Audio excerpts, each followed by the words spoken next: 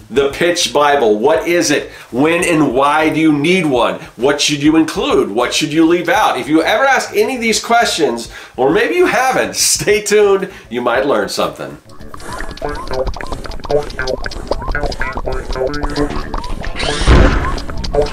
Greetings everyone, welcome to the underground lair where we bring our creations to life. I'm Scott with Serkworks Art Labs. I'm a professional illustrator, designer, and mad creator, and one of the things that I love to create are comics, specifically creator-owned comics. Now when you create creator-owned comics, you are usually going to be the one in charge of promoting that and selling that comic to people. And last week in the episode we talked a little bit about pitching your comic book ideas or your physical comic book to attendees at a comic convention or artist alley or some situation like that where you're going to be out in front of people and you're going to try to sell your comic.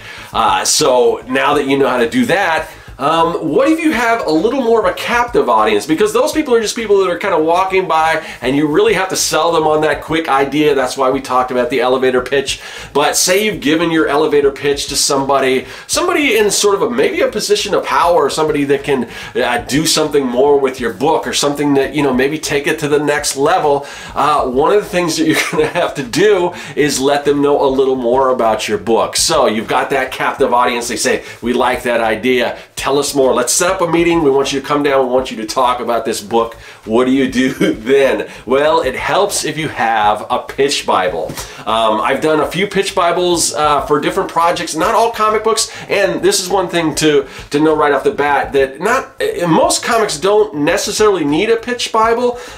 Maybe if you're pitching to a publisher or something, but whatever you're creating as a creator, there are going to be opportunities, hopefully opportunities, for you to do something with that idea, that creative endeavor that you have embarked in, that you're creating, and you're going to want to get that out there to other people, whether that's maybe possibly like a film or an animated feature, or like I said, if you've got a comic book publisher that you really want to impress, you want to set up a meeting, you want to get them on board, wanting them to publish a comic book, or whatever your creative project is, you may want to consider creating a pitch Bible. So in this video, we're going to talk about what a pitch Bible is, how to create one, and I'm going to show you a few examples of pitch Bibles that, you know, I've got laying around. So let's get to it.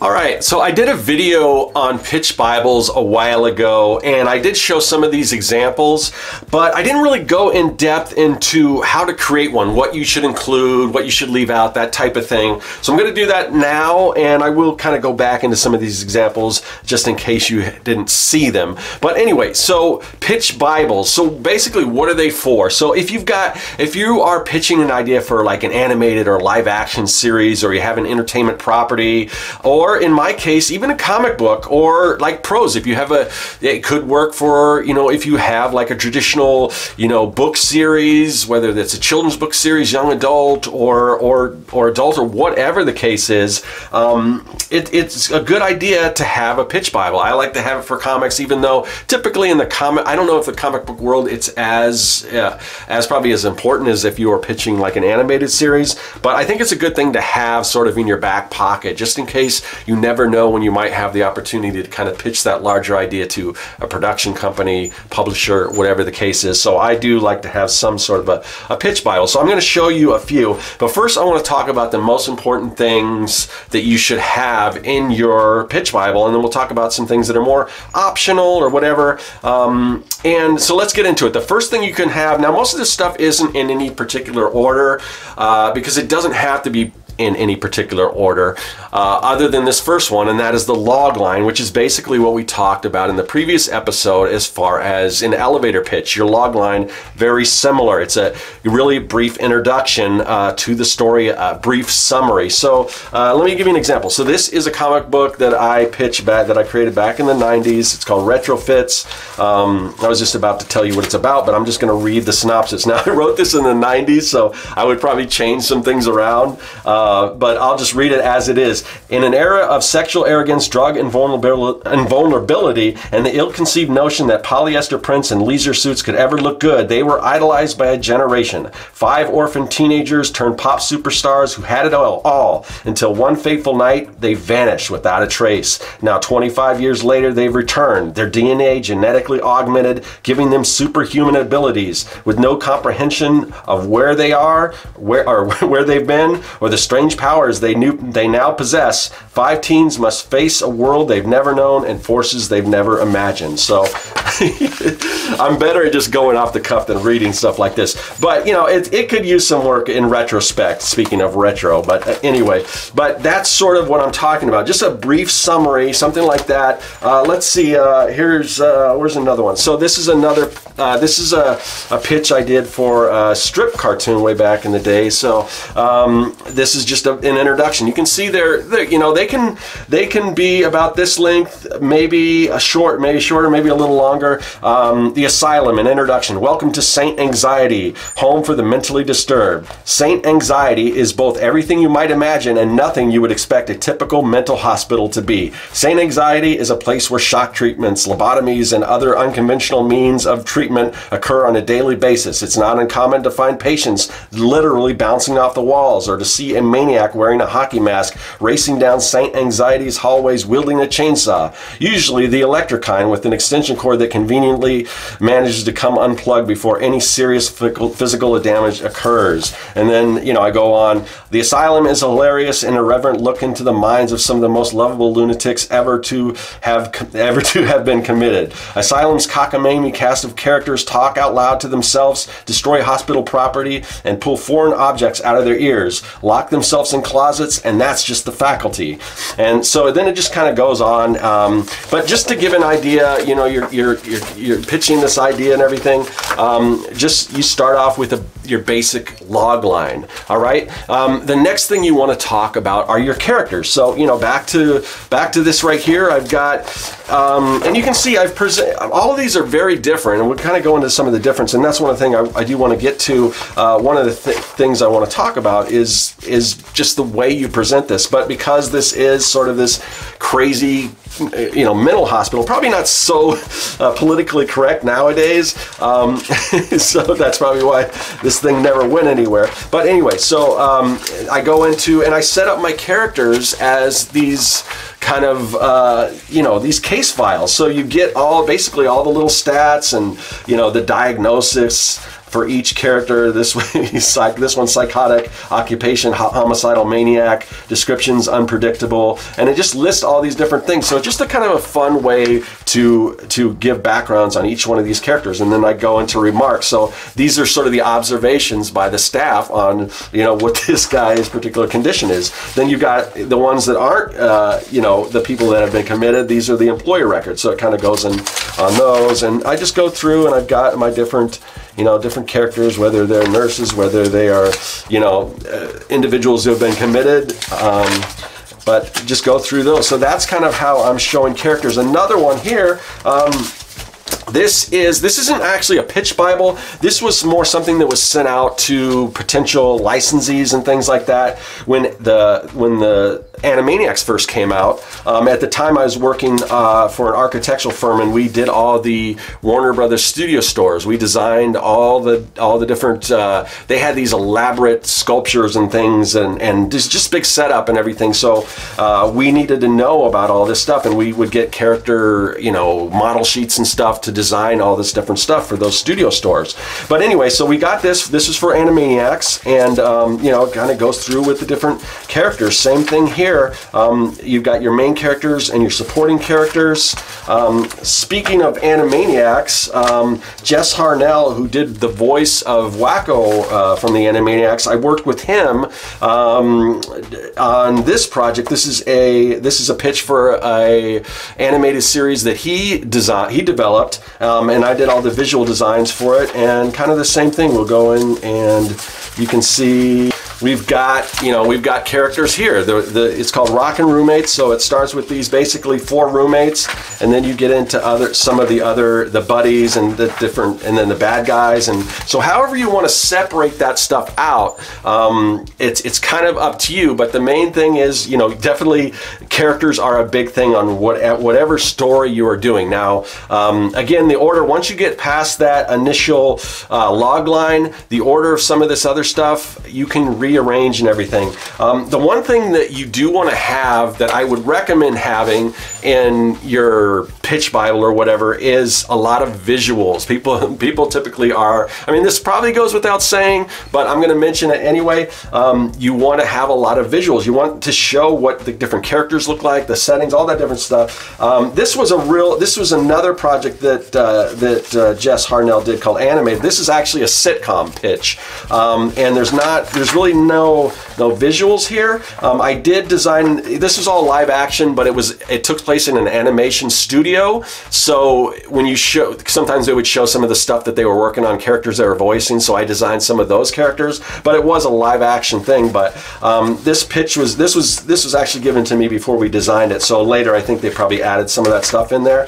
So, but you can kind of see this. It really helps if you have a lot of visuals. All right. So another thing that you want to have in your pitch is an overview, and basically what this is when you are pitching an idea to whoever it is, whether it's a production company or whatever, you want to answer the question for them. What they're looking at is what's in this for me. So an overview is more the industry speak, you know, kind of the stuff that has to do with how can we sell this idea? What's good? How are you going to be able to profit for that? You want the person on the other end of that boardroom table, or if you're out in front of a bunch of storyboards, whatever however you're pitching this thing, you want to answer that question. What, you know, this is what's in it for you. This is what you stand to get out of it, because it's other than just, oh, this is a cool idea. So you want to talk about things like the focus of the story. So that could be the genre, the tone, where does it take place, what kind of look are we going for, the style. So, and that could be the art. So the style, you know, can represent what kind of art are we seeing, what do these characters look like, what is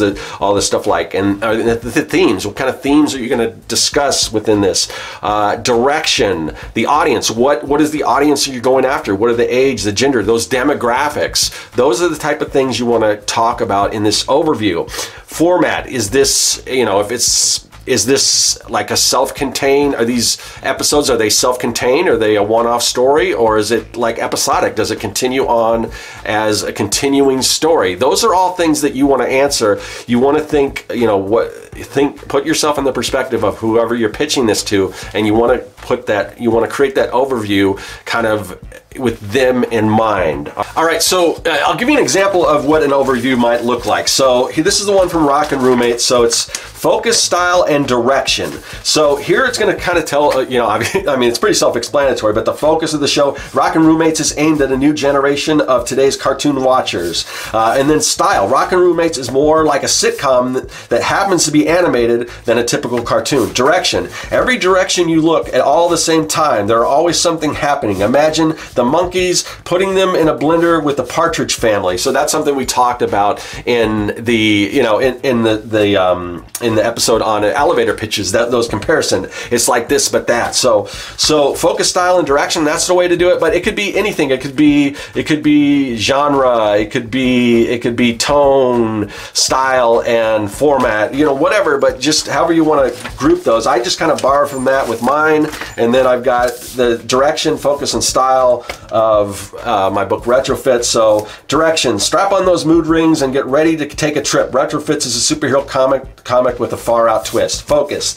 now's the time for retrofits. It appears that, and this is back when I wrote this, I think that 70s show had just come out. There was a lot of, in the zeitgeist, there was a lot of 70s stuff, and this is a 70s themed thing. So I'm taking advantage of that because because that's something, like I said, you want like, what's in it for me? What's hot right now? Why should I care? Why the person interested in it, why should I care about this? So I'm talking about the things that are popular right then, why they want to jump on this now.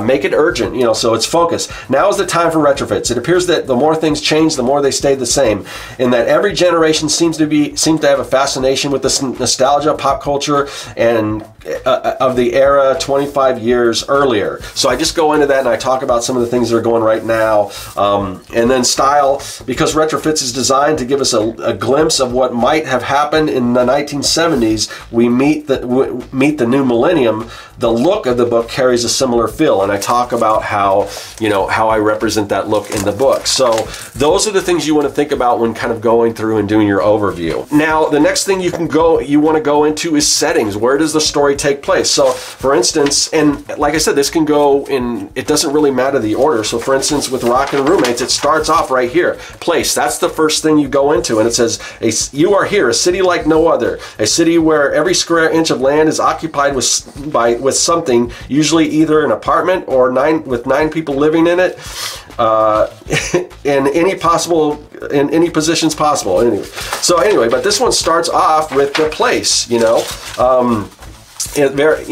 That's an important part. So it's whatever is most important. If the place of your story is super important, then maybe you want to lead with that. If it's more important than even the characters, that might be something you want to lead with. Maybe you want to lead with the characters, whatever. But you want to talk about the setting. You know, where does the story take place? For instance, in the asylum, you know, the hospital that's where everything's happening. I mean, everything revolves around that. So that's pretty important. So, I mean, it starts right back. It starts with the beginning. Welcome to Sane Anxiety. That's kind of that's one of the main things. So I even lead with that over the characters. So setting can be super important. It's probably something you want to put talk about in your pitch Bible. Another thing, obviously, you want to have is story. What is the story about? We've given our synopsis, but maybe you want to go a little more in depth. For instance, so like Rockin' Roommates, we'll go in here. So right here, we've got some plot synopses. These are there's like 6 different plots, so you don't have to go into the whole story. This is kind of up to you how you want to do it. You could go with just a plot, just to give people an idea of what that looks like. When we developed this right here, the Adventures of Alex, there was a treatment involved. So it's basically sort of like a pilot. So story, for instance, here's a couple examples with my retrofits. I've got a full script. Just the first issue is right here. And then also, yeah, so right here, I've got synopsis here of issue 1, 2, 3, and 4. So this is going to tell you, because it's a 4-issue limited series, it's going to tell you what basically happens, a brief summary of what's going to happen in each issue. And then I'll go into a full script so they can kind of know what that's like. That's one way to do that. But however you present it, you definitely want to present what the story is like, what it's going to be like. This animated one, I think this is pretty much, it talks about the characters, but I believe it has it's kind of got this is a treatment right here, where just kind of, it's sort of an outline of what would happen in a typical, episode. The last thing you want to be sure to include in your pitch Bible is sort of a call to action. Try to get them on board. Yeah, let's do this. This is why you want to pick this up. And when you do, you want to put your information on it, your contact information. So here we've got all the contact information, anyone that you need to contact. Let's see, some of these, on here I've got contact information. All of this stuff, some of these I've blocked out, but all of these somewhere in here have the contact information on who to get a hold of, because these get left behind, and say the people you're pitching it to, they may know how to contact you, but this could get passed along to somebody else or whatever. So you always want to make sure all your contact information is in there. So those are the things you definitely want to include when creating your pitch Bible. Now there are a few things that are sort of optional that you may want to consider including, and we'll get into those as well.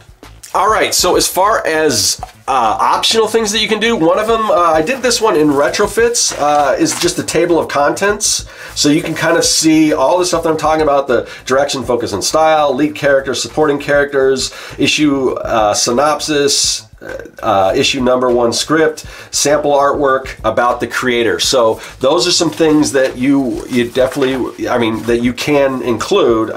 So just so you, when you're opening this up, you know, oh, this is everything that's in there. That might be something you want to do. Another thing, when I said contact information, when I was talking about things you want to do, like most of the stuff that I pitch, I'm the creator. But if there's a team, you want to let everyone know what the team is involved, especially in a case like Animaniacs, where the big draw is going to be Steven Spielberg as the one who's helming this. But they'll also go, you know, Steven Spielberg's touch on Animaniacs. And then they'll go into, oh, you know, this is Warner Brothers Animation, a tradition of excellence, powerful support, the people that are also involved. And then you've just got like a fact sheet. These are the principal characters, all this different stuff. Here, Animaniacs fact sheet, these are the executive producers, animation, all the people involved. So that might be something you want to list as, you know, who is the creative team involved. All right. So another thing, like I mentioned before, is you can add a full script if you want, or a treatment, or whatever the case is. Like in my comic, I did a full script. You can opt to do just like plots if you want to do that. It really just depends how you want to present it, but those are some options. If you want to include comic book pages, so in this one, because if you are doing a comic anyway, in addition to art, you know, I just put in some sample, you know, comic book pages, some pencils, so they can get an idea of the style and everything, what that looks like. And if you want to put full inks or whatever, you can do that too. So you can put comic book pages. If it's more of a film, if you've got storyboards, you can include storyboards, concept art. If you want to create like a mood board, like basically it's like this, but also with that, like we talked about, like my comic book, Young and the Dead, is Goonies meets Night of the Living Dead. So it's like Goonies meets Night of the Living Dead. So maybe you could create like a mood board. Like you could show all the cool things. Like you could show a still of the Goonies, show a still of Monster Squad, show a still of E.T., Stand By Me, all these kid things to keep people like, oh, I love those movies. I get it. It's that kind of movie. And then you can go into, you know, whatever else kind of reminds, if you don't have a lot of that stuff, concept designs done up for or whatever, then you can just create like a mood board or something. And use stuff that's already out there to give an idea of what this thing might look like based on what's already out there. And going into the other thing you can do is talk about world building.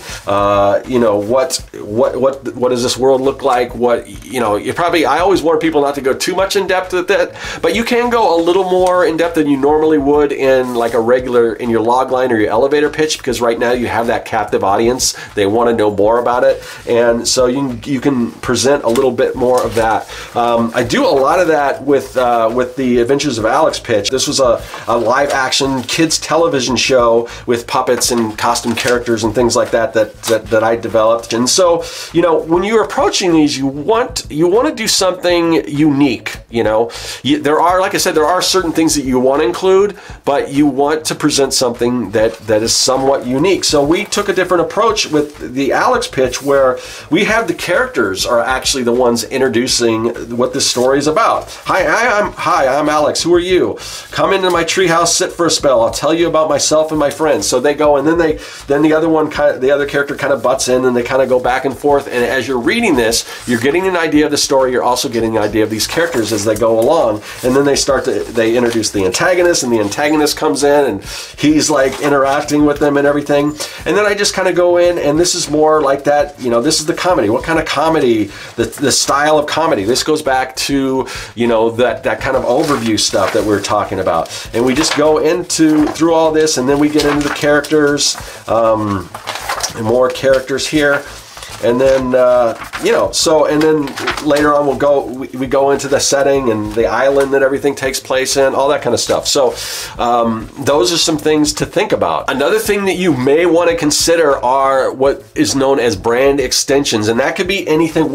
Besides the television show, what are some other potential avenues that can make this thing go huge? A lot of that are things like toys and licensed merchandise. So, for instance, there's a good section here in the Rockin' Roommates pitch. We'll get into that. All right, so here we talk. They, you know, purposely in the pitch, they're giving ideas of some things that people could look at and say, "Wow, these would make great toys." Now, you don't want to if you're just slapping your logo on a T-shirt or some tchotchkes or something. Don't include that. Don't include any of that imagery. The people doing that are kind of there to listen to this pitch, they can figure that out. They can in their mind, they can, oh, this would look good on a T-shirt, or we can put this on keychains or whatever the case is. They can figure all that out. If you're going a little out of the ordinary, something that they may have not thought about, for instance, the guitars that the Rockin' Roommates have, that they in their band that they play, you know, it shows the guitar, but they're transforming and they turn into weapons, and it's like, oh wow, that would make a cool toy. You know, you've got the organ that turns into this big cannon, or the drum kit that turns into a tank. And then from there, you know, each one of the Rockin' Roommates, they've got their own vehicles, and the vehicles could be toys too. So stuff like that, it doesn't hurt to put that into the pitch, so that you know, just let them know some of those that potential for licensing and toys or whatever the case is. If that's something that you can see potential in, which usually most people, that's what they're looking for. We want to make this thing big. We want the next Teenage Mutant Ninja Turtles or something like that. So those are some optional things, but things you might want to think about when creating your pitch Bible. All right, so as you can see, there are several different examples presented here, and the reason why I want to show all these and how different they are is they don't have to all be the same, and they shouldn't. You really want to impress people, you know, whoever you're pitching it to. You want to give them something that they haven't seen before, you know, because otherwise it's like, oh, another one of these, another one of these. So, but there's a fine line. You want to give them something they haven't seen before, but you also want something that is, you know, you don't want to be so far out of the box that they don't know how to sell it, you know, that it's unproven. Like people in the entertainment industry, some of the people you're going to pitch to are creatives, others are just, they could be pencil pushers, they could be execs, and they want to know, you know, is this like something else that's popular that we can piggyback off of or whatever. So that's sort of the fine line you have to straddle. You want to present something that's cool and original, that's going to make them, oh, I've seen 3 of these today, I'm not interested. But you also don't want it some like, this is really cool, but I don't think there's a market for this, or I don't know how I can sell it. But you can also work that into your overview. When you're doing your overview, explain how you sell it. Put those ideas in their minds and everything. So anyway, those are some of my tips on creating pitch Bibles. And yeah, I mean, I really do think this is something that might be a good idea to have, you know, in your back pocket, a nice pitch Bible. So that's why I wanted to share some of these with you. Okay, so there you go. These are just a few pitch Bibles that I've created. This is one for a comic book project. I've done pitch Bibles for animated series, for children's books, for all kinds of different properties. If you ever find yourself in a position where you've got somebody that wants to know a little more about your comic book, it might not hurt to have one of these things ready. You never know. You never know what can happen, and you want to be in the right position for when something does. You don't want to have to scramble like, oh, I just got somebody interested in this, I better put one of these together. Might not hurt to start thinking about this thing now so you have it ready to go. You never know when you might need it. Anyway, if you have any questions about pitch Bibles, if you've had one, any advice that you want to give to people in the chat, let me know in the chat, and let's keep this discussion going. Other than that, I will see you guys later. That is all. Hey, thanks for watching. If you like what you saw and you want to see more, hit that subscribe button. Also, you can follow me at Serkworks on social media, and now you can support the work that I do on Patreon. Do you like making comics? Then go to Serkworks.com and pick up the Comic Maker Starter Kit. It's packed full of fonts, brushes, templates, and more. And best of all, it's totally free.